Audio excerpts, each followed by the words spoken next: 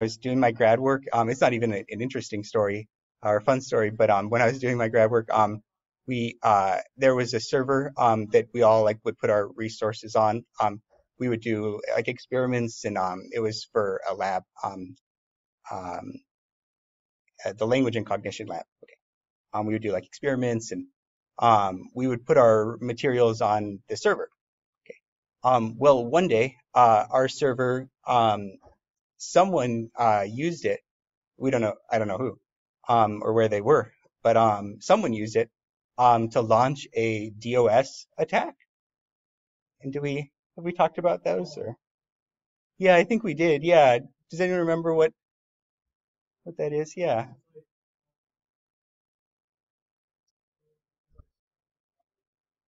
hmm Yeah, exactly. Awesome. So right. So there's some system somewhere and it's flooded with these requests. It's just overloaded and can't handle them so it shuts down and can't respond to any requests anymore. So it's you know people do it like as like a little vengeance thing sometimes. Gamers do it a lot. Anyway, our server got compromised as like the intermediary, to make these phony requests to some other server and to overload it, and so it was bad. Um, okay.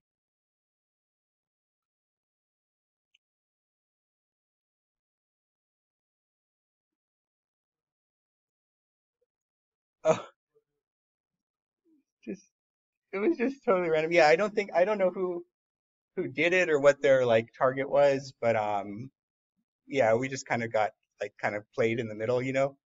Um, and I think it was because people hadn't changed their default passwords, so they were easy to guess. Yeah, and so anyway, yeah, I mean, that's how I think someone got in. And yeah, so that sucked. Yeah, but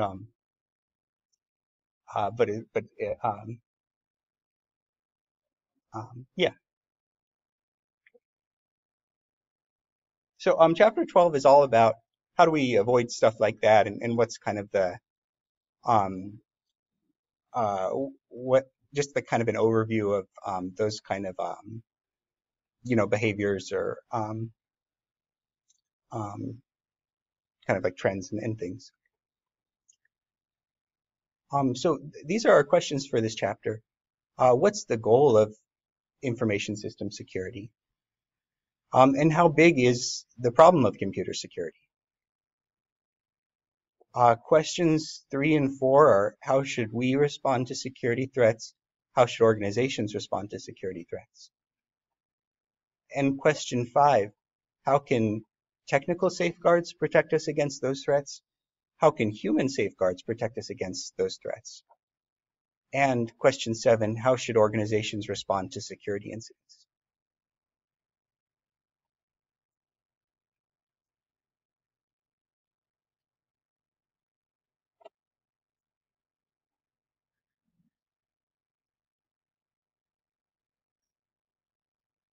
So threats are things like hackers, natural disasters, even um, kind of like violent activities that can cause physical damage as well. Threats exploit vulnerabilities, kind of like how a burglar would exploit an open window. An open window would be the vulnerability, and the threat would be the burglar.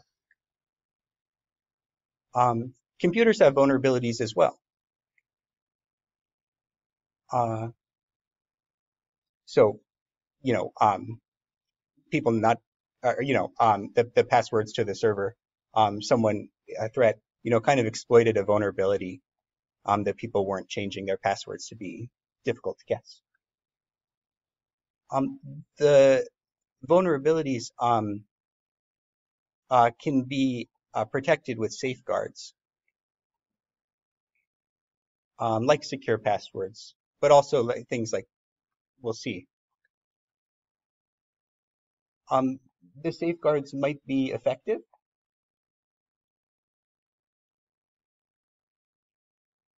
in which case the threat is blocked, or they might be ineffective, in which case the vulnerability is taken advantage of, and the safeguard is bypassed, and the threat is able to exploit that vulnerability to get to their target, which could be money, it could be control of the system, it could be other products or items other than money. Uh, if there's no safeguard in place, then really threats can exploit vulnerabilities and get directly to the targets with no safeguard, effective or ineffective. In both of those cases, with ineffective safeguards or with no safeguards at all, a loss can result. So if a threat is able to exploit a vulnerability and gain access to their target, then the organization suffers a loss of whatever was taken.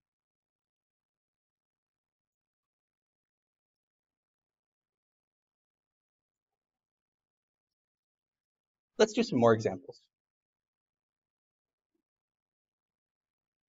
So is anyone an Xbox Live gamer? Bless you.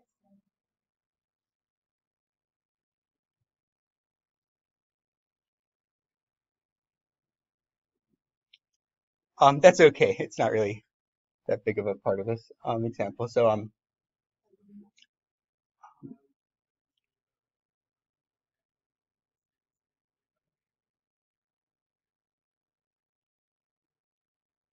oh yeah. So not using their credit cards to buy stuff online, but being asked to send credit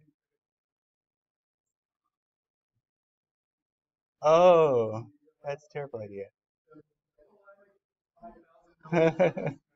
Oh no, like Instagram with like the new credit card like next to your face. Selfie with the credit card. No, that's a bad idea. Yeah.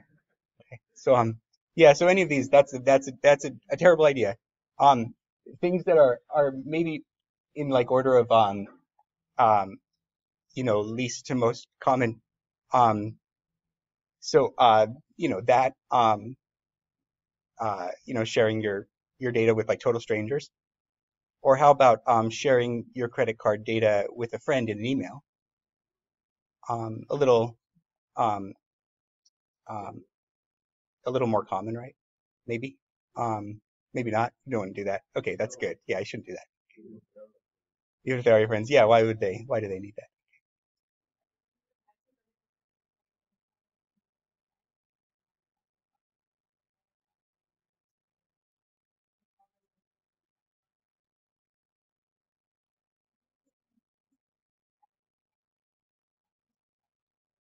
Oh wow.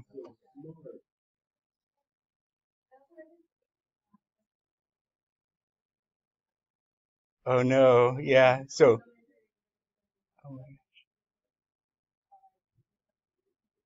So people, yeah, very creative, right? People pretending to be the banks, um, wanting to know about your credit card or talk, people, yeah, people either by phone or it sounds like setting up fake websites to spoof as a bank. Uh-huh. Yeah, Cass. Whoa. Oh, that's creepy. Wow. So do you think they knew something about you beforehand, or were they just calling people?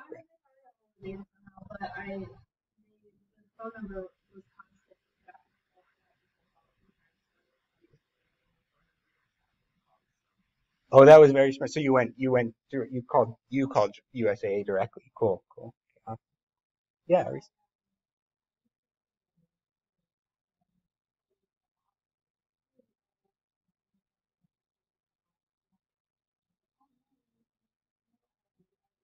Uh-huh.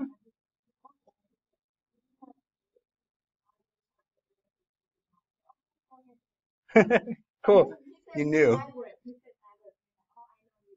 Oh, so you knew the whole time. You could tell. Oh man, yeah. 5 minutes. So that's very suspicious. Yeah, totally. That was good to recognize that. So it sounds like a lot of like spoof phone calls from the electricity from like SDG&E or wherever we get our electricity, our banks. Uh-huh. Oh yeah, what's the? Can you tell us, Linda? Yeah, what's the,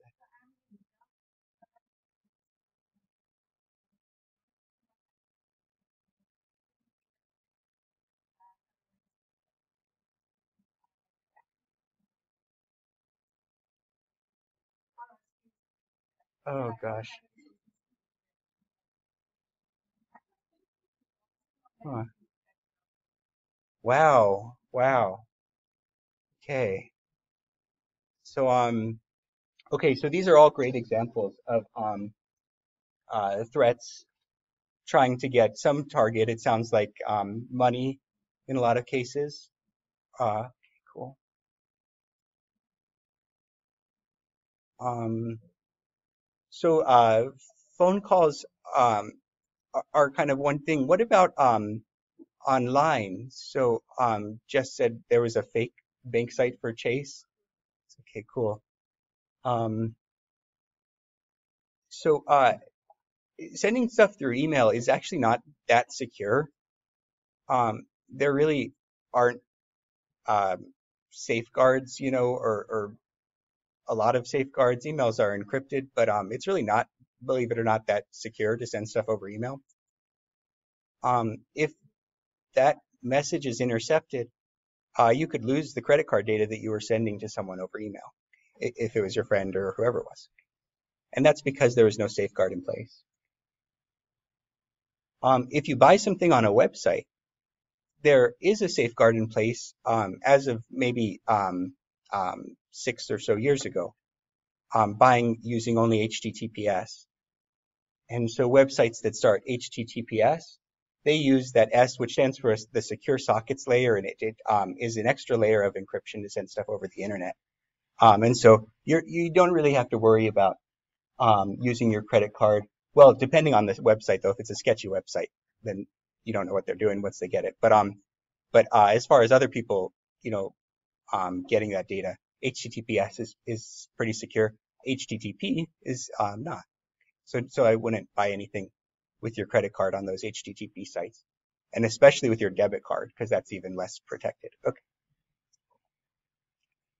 Um, the result, if there is that safeguard, if you're using HTTPS websites to buy something with your credit card, is that there's no loss because that safeguard HTTPS is effective.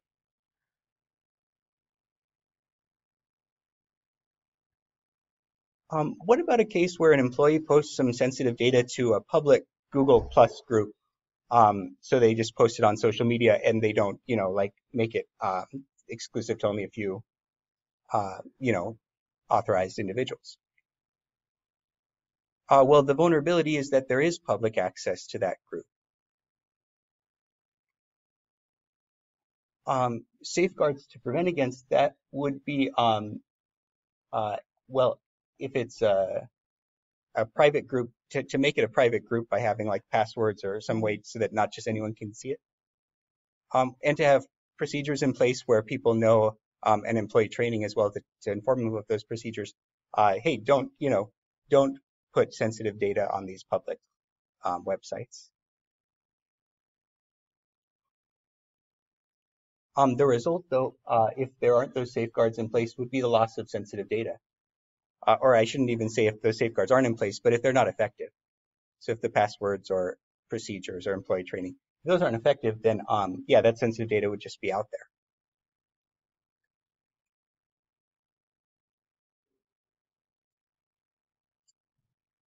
A lot of the threats that we've been talking about are, criminal activities, either through phone or, um, in those last examples, computer crimes.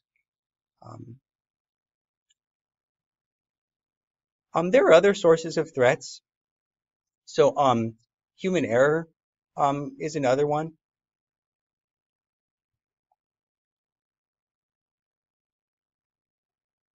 Maybe someone just accidentally enters, 100 for the discount instead of 10 and gives everyone some free products. Okay, that would be bad. And also natural disasters, interestingly, if there's a natural disaster, people tend to just share data like without thinking about it. So if something bad happens, there's some natural disaster and people start calling and, saying, oh, I'm from such and such a place. And we really need this data. It's super important to help with the recovery efforts. People tend to just share it without really thinking or verifying on whether it's legitimate or not. Uh-huh.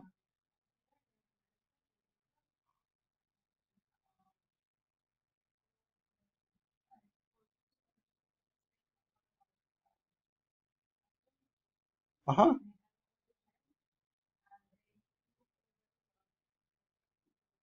Uh-huh.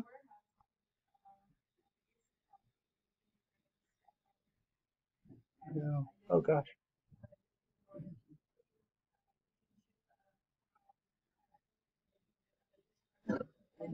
Oh. Oh, interesting. Wow. Wow. People exploiting the natural, well, exploiting the donations that came in after trying to sell it. Oh, geez.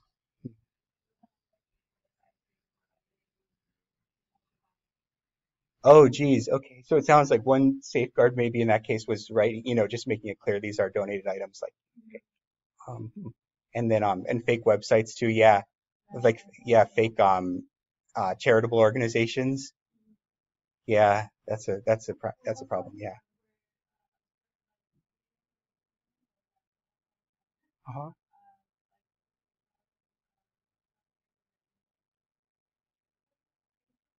Yeah. Oh.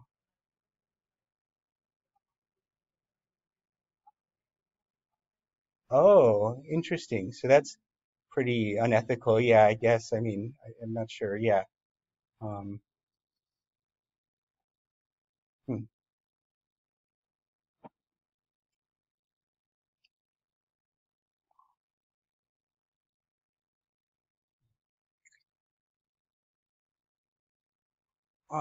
There are all sorts, and we've been mentioning some of these already, a lot of these already, the types of security losses that are out there. Um, Unauthorized data disclosure, this is a big one. And I think we mentioned it in a variety of forms. Uh, Pretexting is just pretending to be someone else. So if that could be the bank calling um, and or someone who's not the bank but who calls and says they are. Um,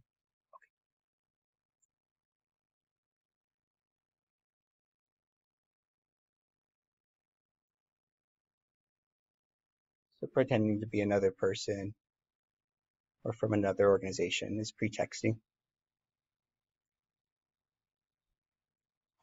Phishing is pretexting over email. So has anyone received a phishing email? I don't think we've had an example yet of one of those.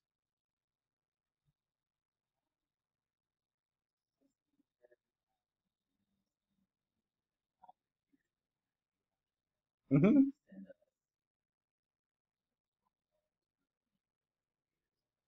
Cool, perfect example. So right, if you got an email that says this is the FBI, your computer's been hacked, you have to send us $400 for a computer fixing fee. Uh-huh. Yeah, exactly. That's not something that that's not legitimate. Yeah, uh-huh.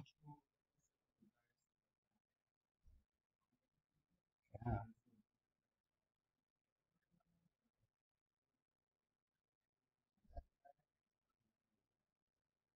Oh yeah, uh-huh. I haven't so the term I've heard for that is ransomware. Cool. So that yeah, let's okay, cool. Let's talk more about that totally. Yeah, awesome.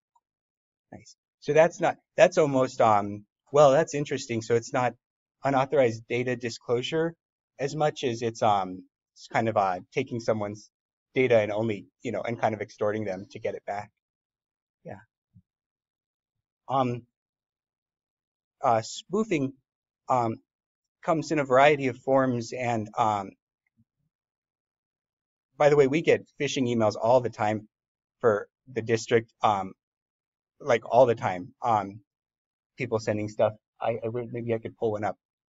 But things like oh, we have a new payroll system, or we have a new I don't know, whatever. Uh, I don't even know. But like wanting us to click links in these emails, and like they're super sketchy and finding out about. Anyway, um, to to follow some fake things. So it's so that's we got a lot of phishing emails anyway. As spoofing comes in a variety of forms. IP spoofing is what do you think that refers to?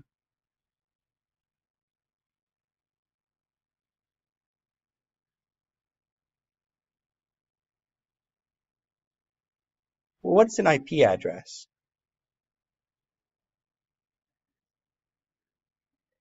Cool, exactly. Awesome. Cool. So IP addresses, those are the addresses of like an internet connected device. And so everything connected to the internet has an IP address. Just like, to get mail, we would have our own addresses, IP addresses, tell us where data is going to be sent over the internet. And so to spoof an IP address would be to,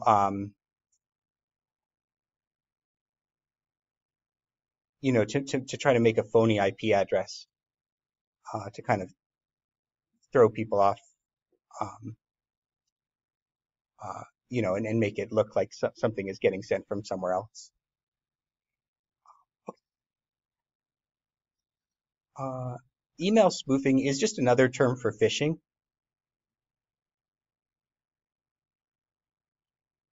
And then we've got some threats. Also, does anyone remember what does this mean? Drive-by sniffers or packet sniffing, packet sniffers?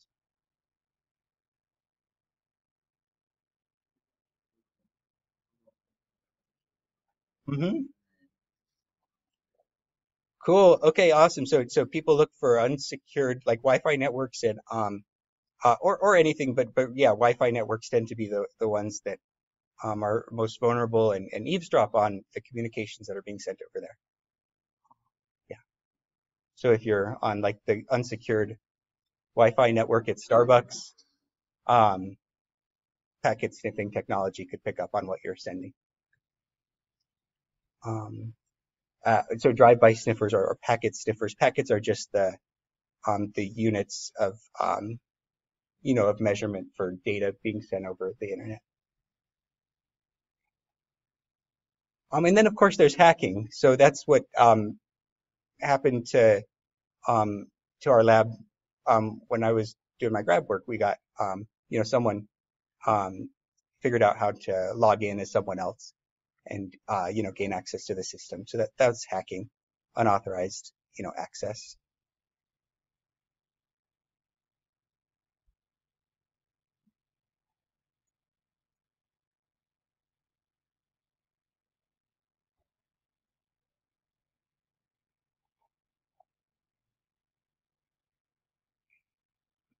Unauthorized access,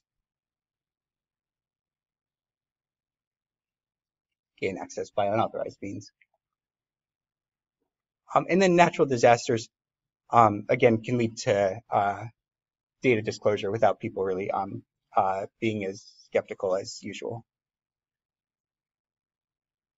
So lots of different ways that data can be disclosed on accident, and that can result in loss. Uh, Other types of security loss, not unauthorized data disclosure, but incorrect data modification can result in losses. Either procedures that are poorly designed or just aren't followed right can lead to data being modified incorrectly. Uh, so what if someone increased a customer's discount or incorrectly modified an employee's salary? Um, those are examples of incorrect data modification. Placing incorrect data on a company website, or just not having the proper internal controls on systems.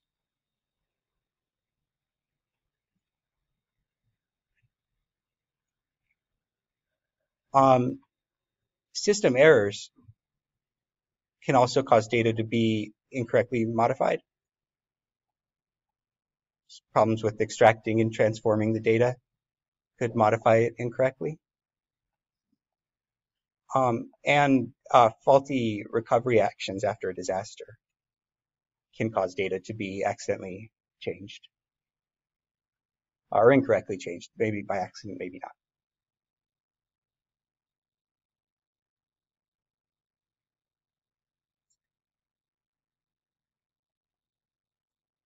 So more types of security loss, and we're starting to see kind of how pervasive this problem is. So systems working incorrectly can result in faulty service, and that can in turn result in losses.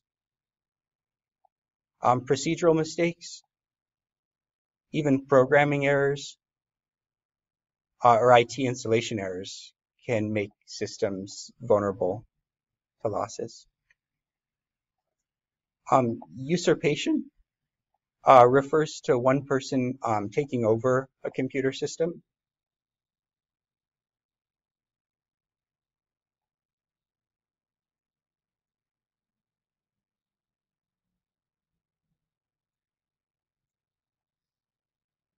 Denial of service attacks, which can either be unintentional or intentional, can also lead to losses. So denial of service attacks, or DOS. If they're unintentional, that just means that a server is being inundated with requests, but they could be fine requests, they could be legitimate requests, but it's still too much for the server to handle, and so it can't respond to any more requests, and so there's denial of service. So that's not really an attack, it's just a bunch of people, trying to use a limited resource. But an intentional denial of service attack is when someone on purpose tries to shut down subsystem by flooding it with bogus requests.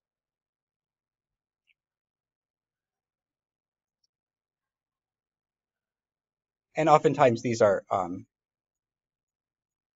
DDoS, distributed denial of service attacks, meaning that there are lots of computers involved with sending in these phony requests to some other system and overloading it. So that's the distributed part in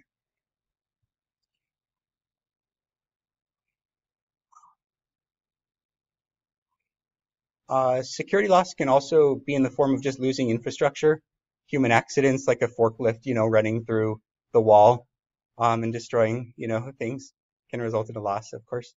Or theft, if someone just walks away with something important or some important data. Disgruntled or terminated employees can present, can be threats.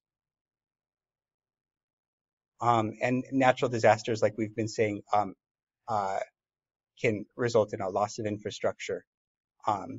Just if there's an earthquake or a tornado or something, of course, there's going to be damage, and that could be the loss. I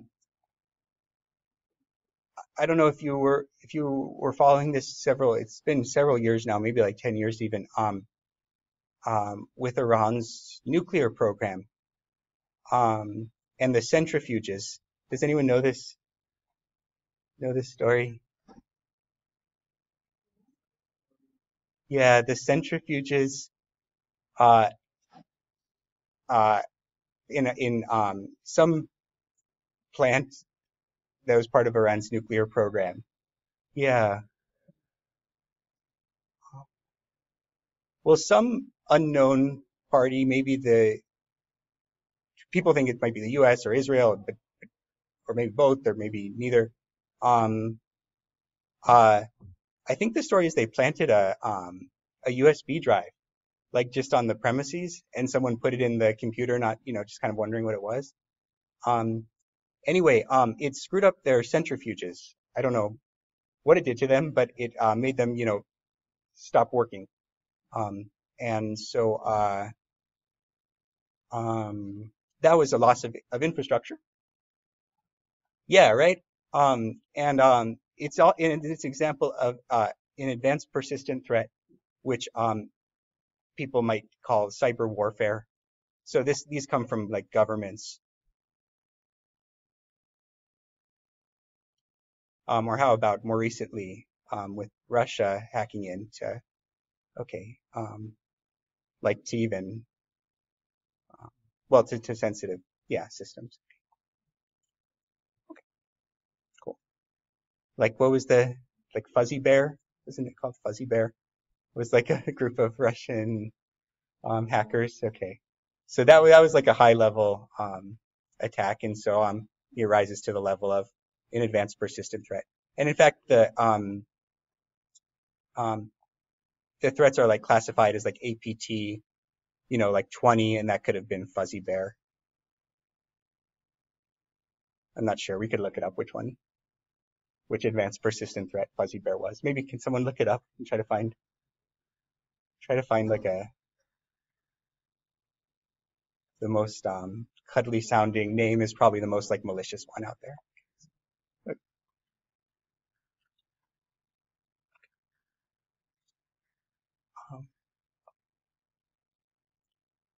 Um, how big is the computer security problem? Here's data in millions from 2010, 2011, and 2012. If we look at the median, we can see that over the years, um, right, losses have been increasing. Sorry, Cozy Bear, and what was their APT 29? Okay, APT 29, Cozy Bear. So that's how they're classified, these advanced persistent threats. Um, so the median has been increasing since, well, from 2010 to 2012 in losses in millions. Uh, the maximum you can see was around 40 to $50 million, and the minimum around $1 million. DOS attacks in 2011 and 2012, no data for 2010. Um,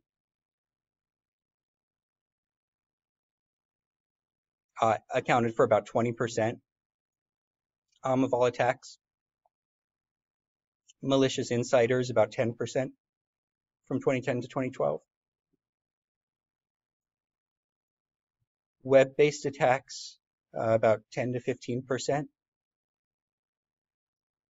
Malicious code, about a quarter.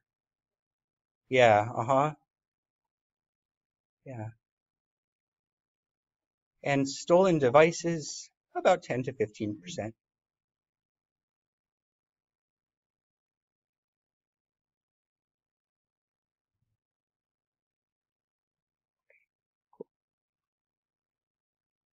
So malicious code like viruses, malware.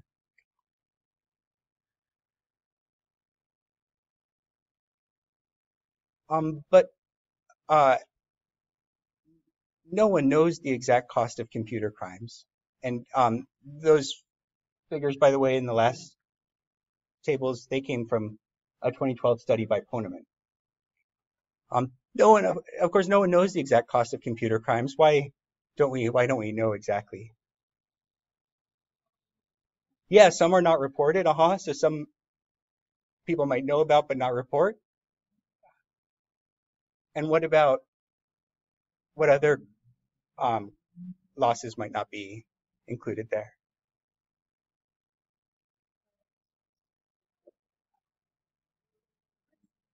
Oh, okay, interesting. Okay, cool. Okay, yeah. So maybe those wouldn't. Yeah, yeah, might not get reported. Yeah, yeah.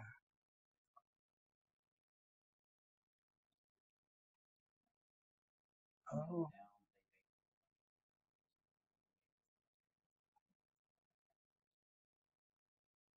okay, cool. Huh. Okay, cool. So awesome. So hard to estimate. Maybe some difficulty in reporting, and maybe that's especially a problem if the organizations are like, a little sketchy anyway. Wouldn't want to report that they've been hacked. Um, and also, some people might just not know. It might be day zero of some computer virus, and that means that people haven't found it yet and don't know that it exists. These costs are estimated based on surveys. So just like Jess said, yeah, there's like a lot of reporting bias that can go into that. Data loss, which we know how important data is to organizations, is the most expensive consequence of computer crime, and it accounted for 44% of costs in 2012. So we saw the different types of attacks, but what about the targets? Well, data loss accounted for 44% of the costs of those losses. The median cost over those 3 years was increasing, and malicious insiders were a serious security threat, and over that time period were becoming more so. But this, but uh, security safeguards, they do work. So this is a claim that you know that we can say, yeah, that's true. The security safeguards, though, they're if they're effective, can prevent against some of these losses and these types of crime. So let's talk about those safeguards, starting with personal security safeguards. So things like just taking security seriously as a start and creating strong passwords are personal security safeguards. Using multiple passwords. So if you have one hard to guess password at some sketchy site that gets compromised, but you're using that same hard to guess password on a better design site, it wouldn't really matter if the password was compromised on some sketchy site, because it would just be used on the other site. Don't send valuable data via email or instant message. So HTTPS, that's a very secure way to send data over the internet. Email and instant messaging, less so.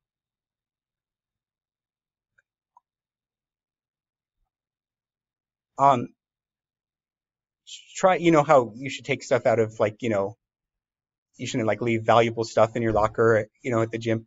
Remove high value assets from computers. So anything that's a high value asset that you don't absolutely need. Clear your browsing history, temporary files, and cookies.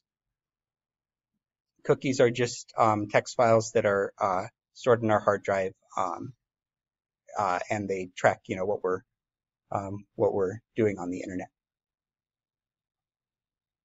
If you clear your cookies, you'll see that things start, like things that used to just auto-populate with your password and username and stuff, they won't do that anymore. Which might be frustrating, but but could also be good, a good safeguard. So it just depends how often you need to do that. But every month or so, a few months is good. Okay.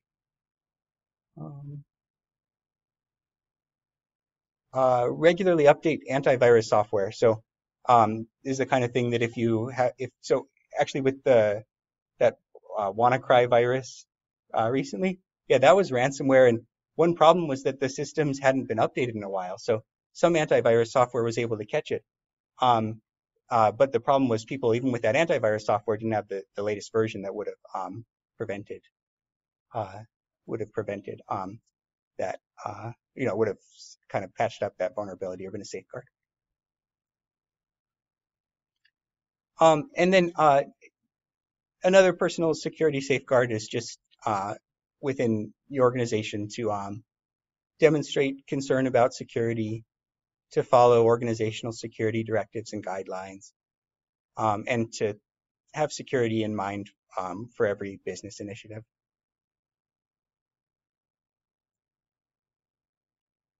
Our book talks about, for just a little bit, of brute force attack. So if someone's trying to guess a password, every possible combination of characters is tried in a brute force attack.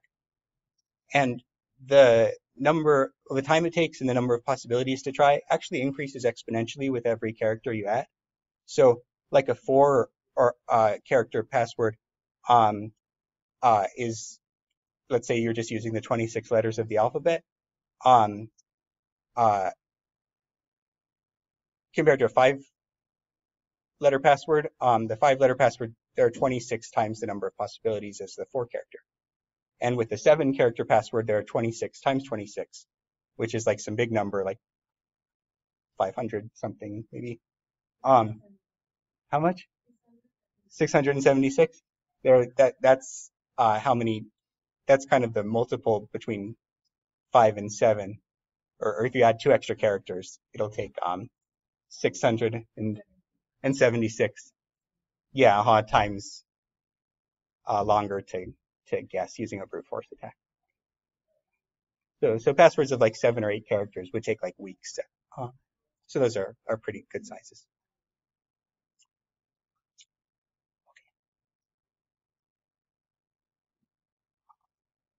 And that's just with the 26 letters of the alphabet. If you had upper and lowercase, and that's 52. And if you throw in some special characters, that's why websites make you include all those. You need a special character and a number and all that.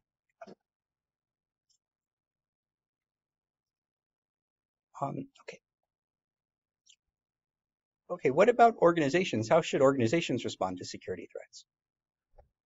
Well, technical safeguards involve hardware and software and include identification and authorization, encryption, firewalls, which we'll define in a second, malware protection, and application design.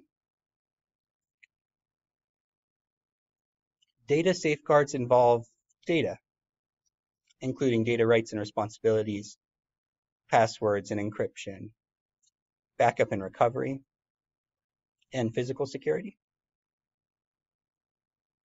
And human safeguards involve procedures and people. Hiring, training, education, procedure design, administration, assessment, compliance, and accountability.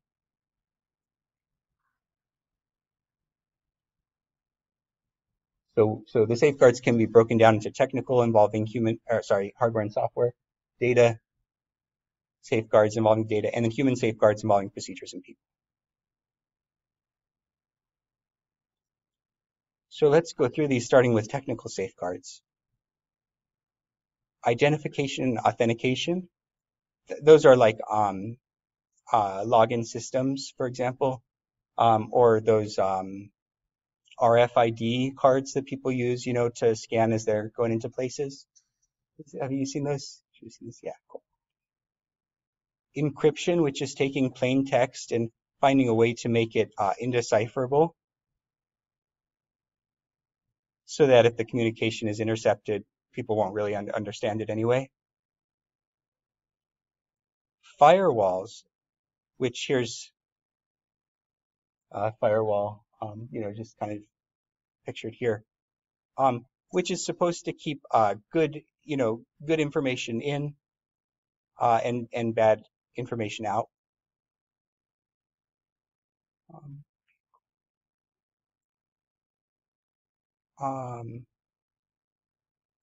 Malware protection, so anti-spyware and anti-adware software are technical safeguards, and then secure application design as well.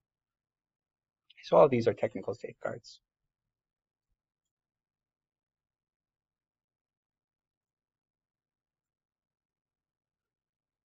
Identification and authentication. Whenever we use a username, that's identification. And whenever we use a password, that's authentication. Smart cards kind of do it all at once. A user enters a PIN to be authenticated. If that's part of the system, or if it's just maybe you just need the card. But anyway, a smart card has a microchip that's loaded with identifying data to do the identification. biometric authentication uses physical attributes like fingerprints or facial features or retinal scans. Yeah. Does anyone have on your iPhone 7? Okay, cool, awesome. There you go. Cool. What do you use to log in? Okay. Okay, has cool, awesome. Cool. Okay, nice. Okay. Um, Encryption's the process, so another technical safeguard of transforming plain text, clear text into coded, unintelligible text, so that it can be stored or sent, and no one would really understand it. The way to decrypt is to have some kind of key. Key escrow. This is a common way to encrypt data. Is you give the trusted party some key, a public key it's called, and it kind of fits together with a private key that you use to encrypt the data. And with that public key, they can decrypt the data. HTTPS, the S stands for Secure Socket Layer, and HTTP, that's Hypertext Transport Protocol, but it's the way that, yeah, websites are sent over the internet, HTTP. This encrypts data. HTTPS encryption is symmetric, meaning that the same key is used for both encoding and decoding.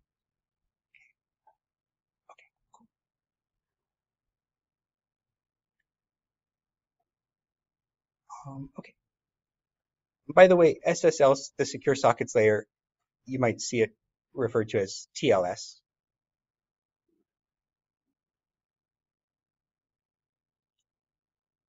Firewalls, another technical safeguard, prevent unauthorized network access.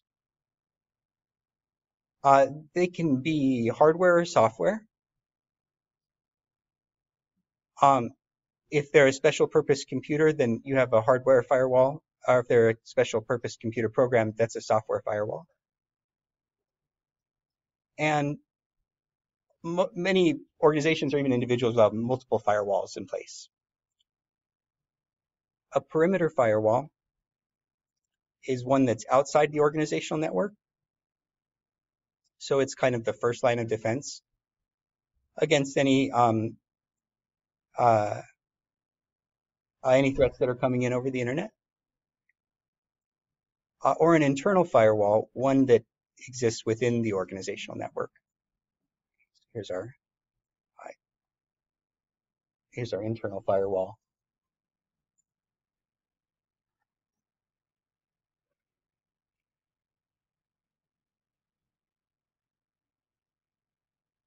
A packet filtering firewall. It's a type of software firewall that examines each part of a message. Remember, messages sent over the internet are sent in packets, and determines whether to let that part pass. A packet filtering firewall could be used to prevent outsiders from starting a session with people behind the firewall, or to prevent traffic from legitimate but unwanted addresses like competitors' computers. Firewalls, also a packet filtering firewall, can be used to filter outbound traffic, so to prevent people from inside a network from accessing things, outside that network, certain things from outside that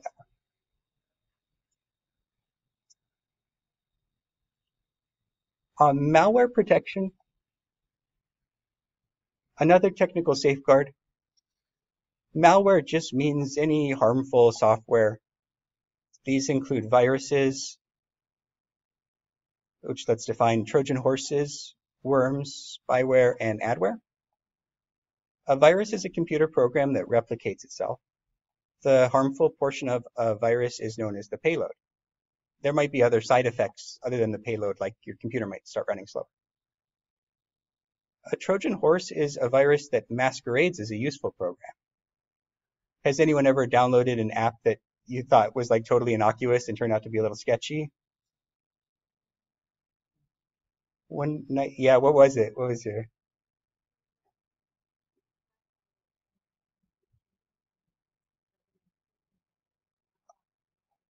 It wasn't. Did it ask for permissions to other things or? Yeah, that's one. Yeah, that's one indication. If you download like an alarm clock app or a flashlight app, or whatever, and it's like asking for access to your pictures and data and email and all of this and that. It's like you're just a flashlight, like why do you need why do you need all of this extra information? Well, that could be a Trojan horse. A worm, that's a virus that propagates using the internet or other computer network. Viruses, uh, kind of like in their purest sense, they attach to a file called a host file, and then if that file is shared, like sent over email, and someone downloads it, then all of a sudden their computer is infected with the virus. But a virus that propagates over the internet um, could be like especially pernicious, and the term for that is a worm. Spyware, another type of malware, is installed on a user's computer without their knowledge or permission, and it tends to record information about what that user's doing.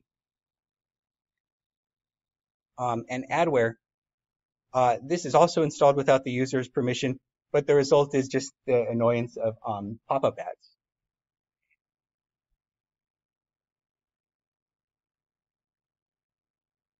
Some symptoms of spyware and adware: the system might be slow to boot up. It might be slow once it boots up. You might see pop-up advertisements where you didn't before. Your browser, when you open it, might redirect to some suspicious homepage. You might see changes in the taskbar or other system interfaces, maybe new extensions or something in Chrome. Or unusual hard disk activity, like maybe you are in File Explorer and you open C and you see all these other files and folders with like very uh, unusual names that weren't there before.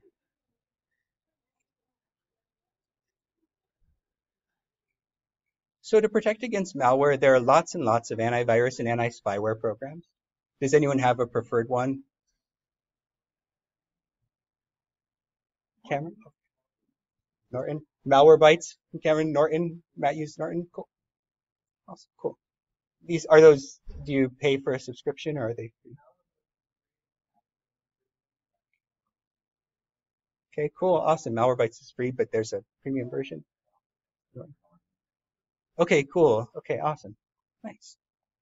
Um, the way that these antivirus and anti-spyware programs work is they scan files on your computer and they try to match it to a signature of some known malware. So like some sequence of zeros and ones in the program's code, it's kind of like a fingerprint that identifies it. So if you do those scans frequently, then you can quarantine those files that match the signature of a known virus. To prevent accidentally just downloading a virus in the first place from an email attachment, only download email attachments from known sources. And make sure to keep up with software updates. And the internet can be a sketchy place. Browse only reputable internet neighborhoods.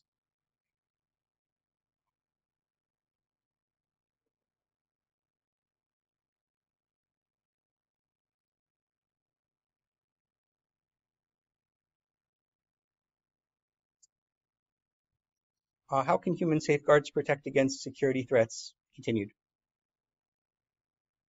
Uh,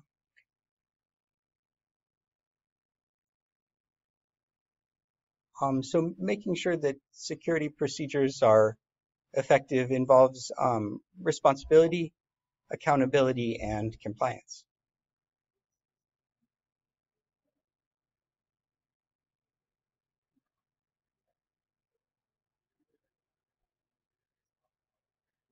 Um, Human safeguards can protect against security threats if people are only assigned the least possible privilege. So like I shouldn't have access to the district's like to the grading system for every student, that would be bad. or even worse to like the financial stuff. And security sensitivity should be documented, so that it's like very clear who has access to what. A help desk has an information system that helps authenticate users by asking them questions that only a true user would know. And activity logs can monitor what people are using and when.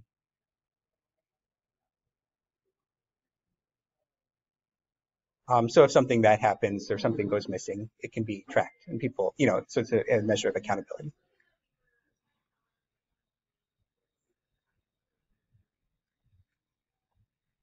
Incident response plans include how employees should react to security problems, who to contact and the reports they should make, and the steps they should take to prevent further loss. And here's what, kind of going back to the beginning, in terms of password management, when an account's created, users should immediately change the temporary password. So I think that was the problem. If people hadn't changed their passwords, they were easy to guess, and I think that's why that server for our lab was compromised and used to launch that DOS attack. Okay. You might be asked to sign an acknowledgement form. It might be part of the paperwork when you get a new job, is just acknowledging that you have certain system passwords and that you're responsible for protecting them and you're responsible for reporting any problems.